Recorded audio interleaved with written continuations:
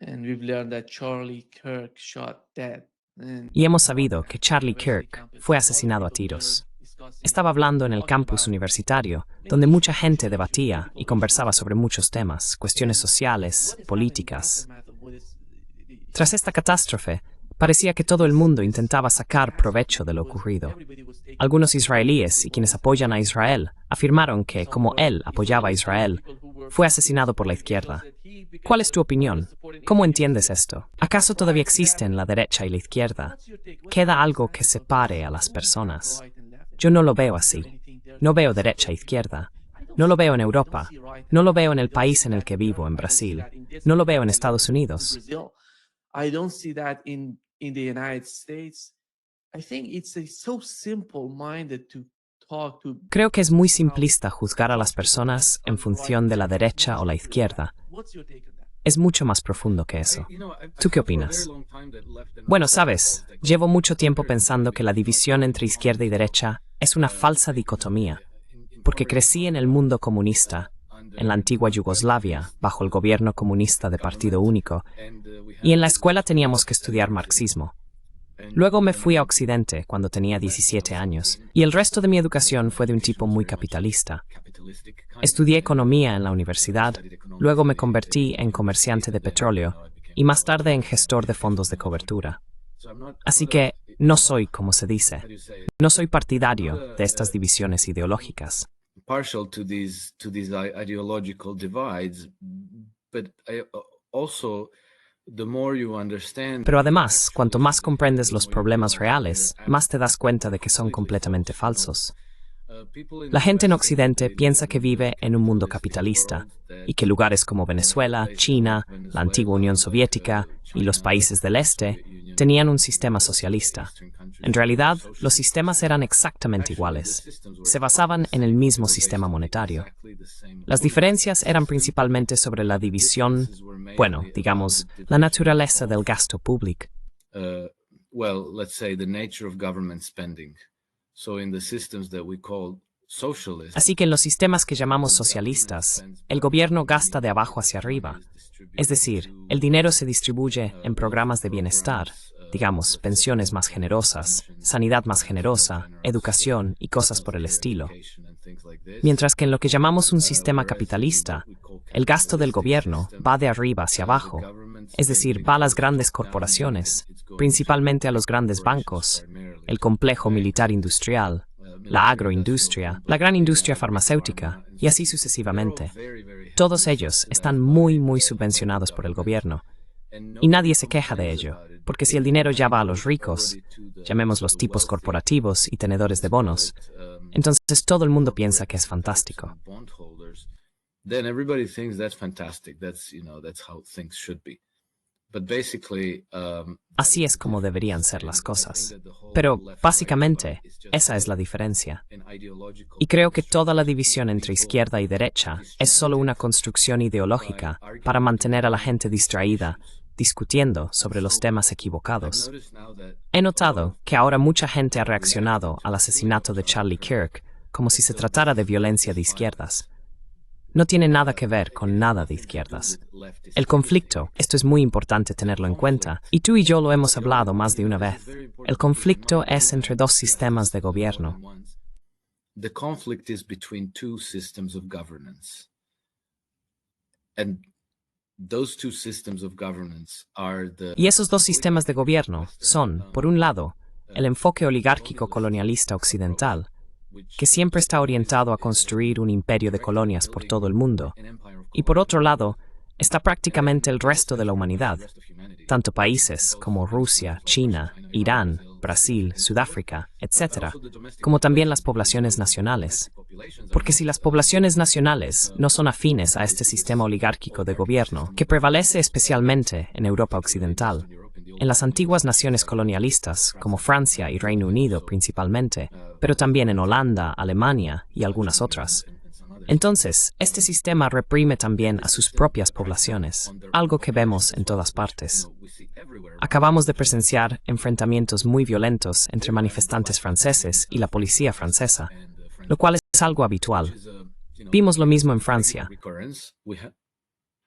We saw the same in France. the AfD party, which is not friendly to the global. El partido AfD, que no es afín al sistema globalista, acaba de perder a 14 de sus candidatos en una región que murieron repentinamente en el transcurso de 2 semanas, algo que estadísticamente es casi imposible.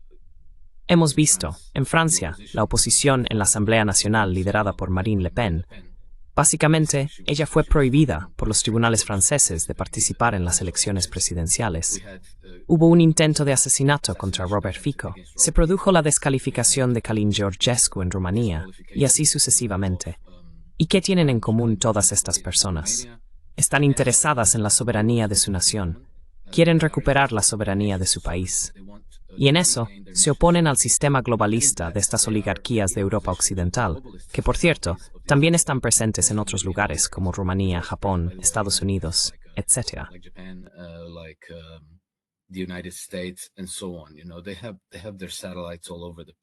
Tienen sus satélites por todas partes. Wall Street es uno de los satélites más poderosos de este sistema oligárquico, que siempre, por cierto, está arraigado en las oligarquías prestamistas. No es cualquier tipo de oligarquía, son especialmente los prestamistas, el cártel bancario, los bancos demasiado grandes para quebrar, las personas que los controlan. Esto no es, ya sabes, esto está oculto. Así que a veces la gente dice, bueno, ¿por qué no das nombres? Pues no sé cuáles son los nombres, porque estos nombres se mantienen ocultos, y ni siquiera el Congreso de los Estados Unidos puede obtener esos nombres para saber exactamente con quién están tratando. Pero sabemos que ciertas familias aparecen todo el tiempo, como los Rothschild, los Rockefeller, los Mellon, los Fairchild, y así sucesivamente.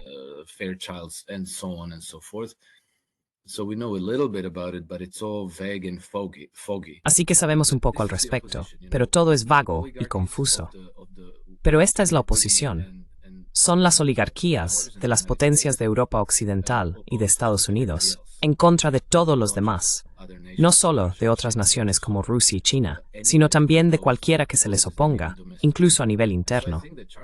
Y por eso creo que Charlie Kirk fue un líder de opinión importante, un activista e influencer relevante en Estados Unidos que apoyaba a Trump, cuyo activismo iba en la dirección de devolver a Estados Unidos a sus raíces republicanas, proteger la soberanía estadounidense, no venderla a los globalistas. Y por eso acabó siendo asesinado. No tiene nada que ver con que él estuviera a la derecha del centro y que lo mataran los que están a la izquierda del centro.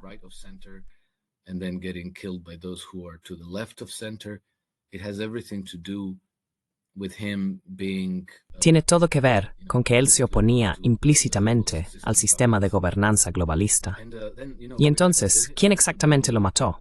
No lo sabemos, pero supuestamente él mismo estaba preocupado por la posibilidad de que los israelíes lo mataran, aunque durante mucho tiempo fue un firme defensor y partidario de Israel, incluso durante este genocidio. Pero también estaba en la lista de asesinatos en Ucrania, creo, o algo así. Estaba en su lista. Y, según los comentarios que veo en Internet, mucha gente dice que no, que esto no fue en absoluto obra de un izquierdista descontento. Fue un trabajo profesional, bien planeado y bien coordinado. Así que no gastaría energía culpando a los izquierdistas. Es un problema diferente al que nos enfrentamos. Aquí tienes parte de lo que dijo en el PBD Podcast, el podcast de Patrick Bet-David, sobre Israel, Alex. Ben David podcast about Israel, Alex. The whole country is a fortress. Todo el país es una fortaleza. Cuando escuché esta historia por primera vez, tuve el mismo presentimiento que al principio. Me cuesta mucho creerlo. He estado en esa frontera de Gaza. No puedes avanzar ni 3 metros sin encontrarte con un joven de 19 años con una AR-15 o una ametralladora automática que es un soldado de las FDI. ¿Verdad? Todo el país está vigilado. Así que déjame repasar esto. No hablamos muy a menudo de la política israelí, y la mayoría de los estadounidenses no lo saben. Durante los últimos 9 meses, Israel ha estado al borde de una guerra civil. No es una exageración. Todo este asunto judicial, había cientos de miles de israelíes saliendo a las calles porque Bibi Netanyahu estaba básicamente redefiniendo la constitución israelí. No es una exageración. ¿verdad? the Israeli Constitution. That's not an exaggeration, right? He said the judicial branch has too much power. Dijo que el Poder Judicial tiene demasiado poder. Esta semana se habían planeado protestas contra Netanyahu, en las que se esperaba que decenas de miles de personas salieran a las calles. Todo eso ha desaparecido, Patrick. Ahora Netanyahu tiene un gobierno de emergencia y un mandato para liderar. No estoy dispuesto a llegar tan lejos como para decir que Netanyahu lo sabía o que había inteligencia al respecto, pero creo que hay preguntas que deben hacerse. ¿Hubo una orden de no intervenir? ¿Hubo una orden de no intervenir durante 6 horas? No me lo creo. Israel es del tamaño de Nueva Jersey. Cuando tomé un helicóptero desde Jerusalén hasta la frontera con Gaza, fueron 45 minutos. 6 horas. Estaban retransmitiendo en directo el asesinato de judíos. ¿Alguien en el gobierno dijo no intervengan? Esa es una pregunta legítima, no una teoría conspirativa. Todo el país es el IDF, todo el país lo es. ¿Y me quieres decir que van a conciertos, kibutzes y escuelas y solo informan? Yeah. These are the same sort of arguments that we've been doing here. Sí, on this estos podcast. son el mismo tipo de argumentos que hemos estado teniendo aquí en este podcast, Alex. No es tan diferente de nosotros y de lo que estamos hablando. Y sí, exactamente, solo que Charlie Kirk tenía una audiencia mucho, mucho más amplia. Era estadounidense. Su organización Turning Point USA estaba muy cerca de Donald Trump. Creo que lograron movilizar gran parte de la opinión pública estadounidense a favor de Donald Trump. Así que quizá, al menos en Estados Unidos, él fue un actor mucho más relevante. Y luego empezó como un firme defensor de Israel, lo que significa que probablemente recibió una muy buena acogida, una muy buena aceptación por parte del sector pro-israelí en Estados Unidos. Pro-Israeli cohort in the United States. So to see him turn and start doubting. Así que ver cómo él cambia de opinión y empieza a dudar podría llevar a muchos de estos partidarios de Israel a hacer lo mismo. Así que, en ese sentido, ya sabes, porque tú y yo quizá hemos estado del mismo lado durante mucho tiempo. Quiero decir, yo pensé que esto era una operación de bandera falsa desde el primer día, porque conozco un poco esa frontera de Gaza. Tengo un amigo que solía formar parte de las FDI en inteligencia y que trabajó precisamente en la frontera de Gaza. Y esta persona me dijo, al 100%, que esto fue un ataque de bandera falsa. No hay ninguna posibilidad de que esto pudiera haber ocurrido. Yo estuve allí, trabajé en esa frontera. Ni de broma. Y luego, si prestaste atención, encontré otros 7 testimonios de ex soldados y comandantes de las FDI que conocían esa frontera y que dijeron lo mismo. Who were familiar with that border and who said the same thing. There's not a chance in hell that this was. No hay ni la más mínima posibilidad de que esto no haya sido una operación de bandera falsa, de que no hubiera una orden de no intervenir. Y creo que mientras tanto, incluso alguien salió a decir, a confirmar, no, tuvimos una orden de no intervenir. Así que eso está claro. Pero Charlie Kirk es de otra categoría. Era un verdadero creyente que empezó a perder la fe. Y muchos verdaderos creyentes le prestan atención. Así que si él empieza a perder la fe, entonces ellos empiezan a preguntarse, vamos a pensar en esto. Y entonces el apoyo generalizado a Israel en Estados Unidos podría empezar a desmoronarse. ¿Quién sabe? Los ucranianos también lo tenían en su lista negra. The Ukrainians had him on their hit list as well. But then it's Pero una vez que entiendes esta perspectiva, que se trata de un conflicto entre el orden global basado en reglas, este sistema oligárquico de gobernanza, y todos los demás, entonces comprendes que el conflicto en Ucrania y el conflicto en Israel son 2 campos de batalla de la misma guerra. Así que no es una sorpresa que el gobierno en Kiev y el gobierno en Jerusalén, o Tel Aviv, estén igualmente irritados con Charlie Kirk y quieran verlo muerto. Alex, volviendo al tema, porque mientras hablamos de Charlie Kirk, hay mucha gente discutiendo lo que está ocurriendo. Y esta mentalidad de derecha e izquierda hoy en Europa, supongamos eso. Cuando se trata de Macron, Starmer, Merz, podemos decir quiénes son estas personas. Merz, can we say who are these people? They're left, they're right. There is nothing there. Why Son de izquierdas, son de derechas. No hay nada ahí. ¿Por qué deberíamos prestar atención a este tipo de argumentos, discusiones que sabemos que son una pérdida de tiempo? Bueno, sí verás, acabo de mencionar a los gobiernos de Kiev y Jerusalén. Y no son de izquierdas, son fascistas. Y si miras a los gobiernos de Berlín, París y Londres, también son fascistas. En Berlín tienes a Friedrich Merz, que es el exdirector ejecutivo de BlackRock Alemania, ¿verdad? Y luego en París, en el Palacio del Elíseo, tienes a Emmanuel Macron, que es un exbanquero de Rothschild. Y en Gran Bretaña tienes a Keir Starmer, que no es exbanquero pero sí abogado, y es el lacayo de Tony Blair. Tony Blair es la gran eminencia, la eminencia grise detrás del gobierno de Starmer, y el hombre que realmente mueve los hilos.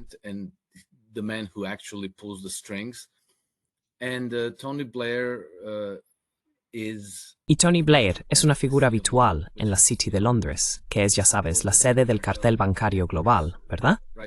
Y luego, ya sabes, después de terminar su mandato, después de retirarse como primer ministro de Gran Bretaña, consiguió un trabajo de 5 millones de libras al año en JP Morgan como asesor. No sé en qué les asesoraba, pero sí les entregó la guerra de Irak con su famoso dossier manipulado sobre Saddam Hussein, diciendo que podía lanzar un ataque nuclear sobre Londres en 45 minutos. Ese era Tony Blair. Y creo que él fue el líder.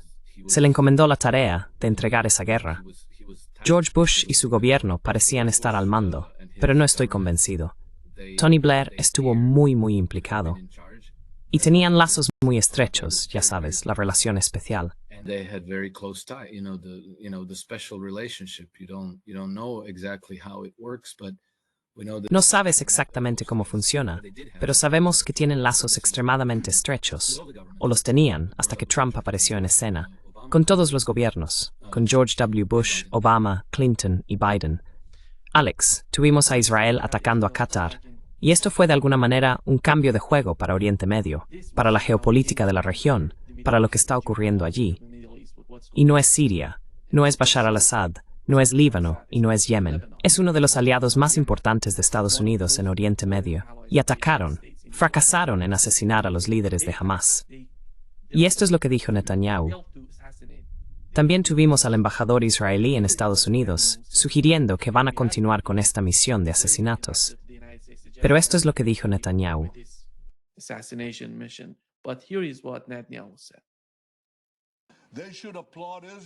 Deberían aplaudir a Israel por defender estos mismos principios y llevarlos a cabo. Y les digo a Qatar y a todas naciones que albergan terroristas, o los expulsan o los llevan ante la justicia, porque si no lo hacen, lo haremos nosotros. We will. Yeah. It seems that they're not backing down. They're going to attack again Sí, and again. parece que no van a dar marcha atrás.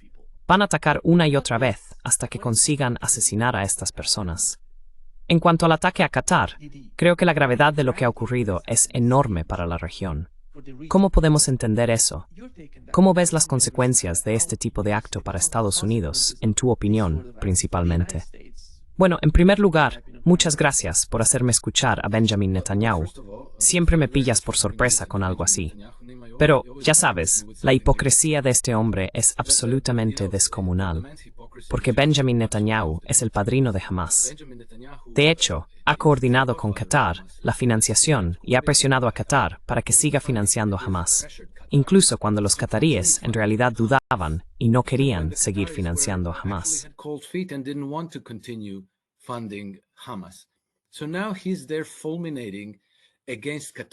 Así que ahora está ahí fulminando contra los qataríes por albergar terroristas. Esa es exactamente la organización que usted creó, señor Netanyahu, y en la que insistió en seguir financiando. ¿Por qué motivo? Para impedir la formación de un Estado palestino. Así que quiso financiar a un grupo que querían convertir en, ya sabe, fanáticos yihadistas, o al menos así los retrataban. Querían un grupo así para poder decir que no había nadie con quien negociar. Y luego, para asegurarse de que Hamas y Fatah en Cisjordania no se comunicaran entre sí, que estuvieran en términos hostiles. Pero, en lo que respecta a Qatar, hay algo que por alguna razón que desconozco, se pasa por alto sistemáticamente en los principales medios occidentales. Qatar es un amigo y aliado muy cercano del establishment de política exterior británico y del gobierno británico. British foreign policy establishment and the British government. Qatar has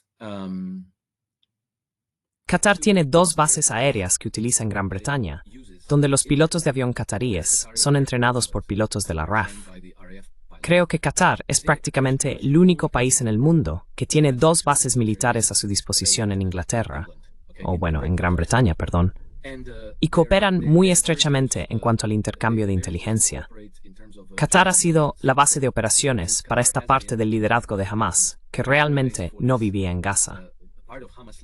Vivían en Doha, rodeados de luz personas como Khaled Mashal, Ismail Haniyeh y otros. Viajaban en aviones privados, pasaban tiempo en complejos turísticos de 5 estrellas. No compartían la suerte del Bimno en Gaza.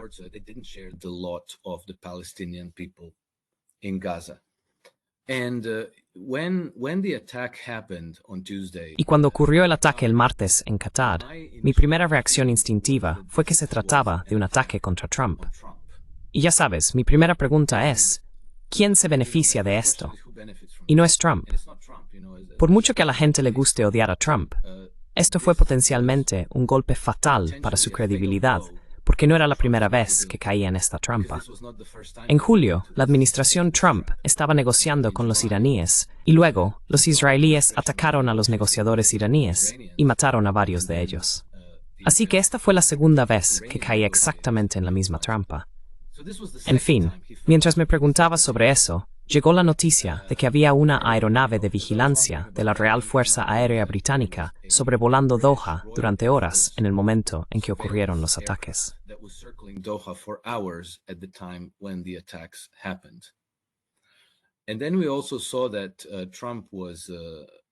Y luego también vimos que Trump estaba muy avergonzado. Decía, no estoy muy contento con esto. Y luego llamó a los qataríes e hizo una declaración sobre lo que dijo. Quizá eso fue lo que les dijo. Pero básicamente, la idea principal era que esto no volvería a ocurrir y que firmarían un nuevo acuerdo de cooperación militar con Qatar. Y luego, casi inmediatamente después, Netanyahu sale y dice no, lo volveremos a hacer. Así que contradicen directamente a Trump en este sentido y lo desafían, minando su credibilidad. Así que eso es un gran problema.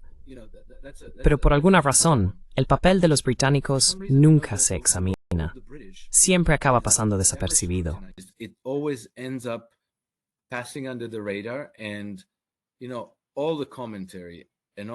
Y todos los comentarios y toda la hostilidad terminan dirigidos a los estadounidenses, y ahora particularmente a Trump.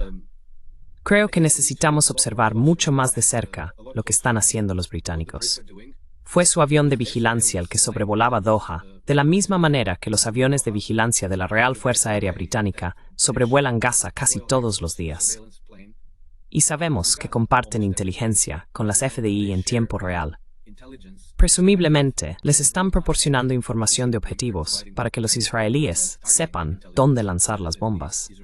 Así que, en mi opinión, esa podría ser exactamente la misma razón por la que el avión de la Real Fuerza Aérea sobrevolaba Doha el martes. Así que, ya sabes, la gente se desquitó con Trump. En parte, se lo merecía porque no gestionó esto muy bien. Pero creo que el papel británico debe ser examinado mucho más de cerca.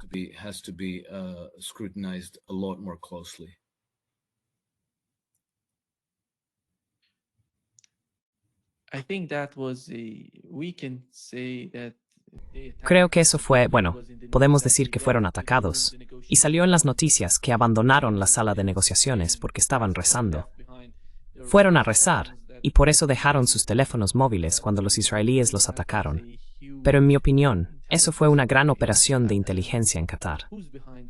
¿Y quién está detrás de eso?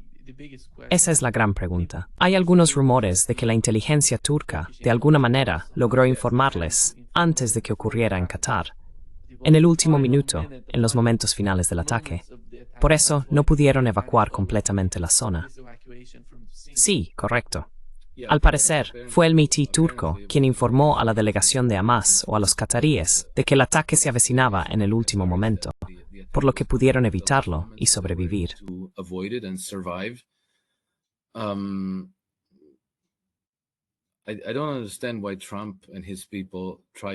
No entiendo por qué Trump y su gente intentaron apropiarse de esto y decir, oh sí, nosotros.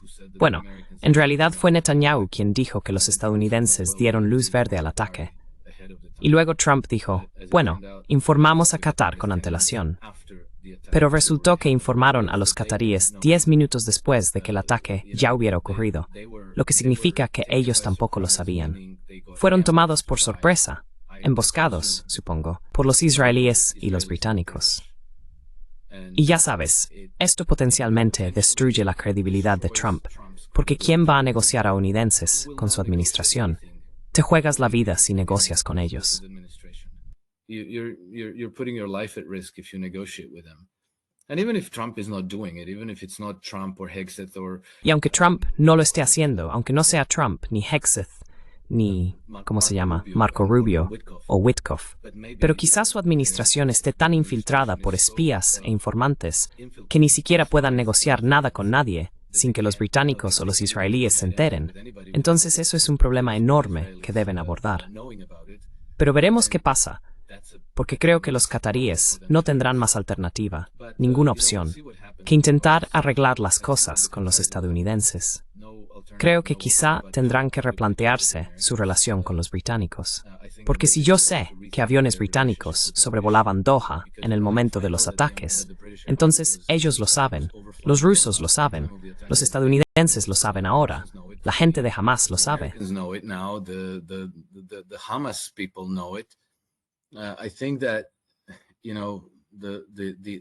Creo que el aspecto positivo de este acontecimiento es que ha arrojado algo de luz sobre quién es el incendiario de la paz en la región.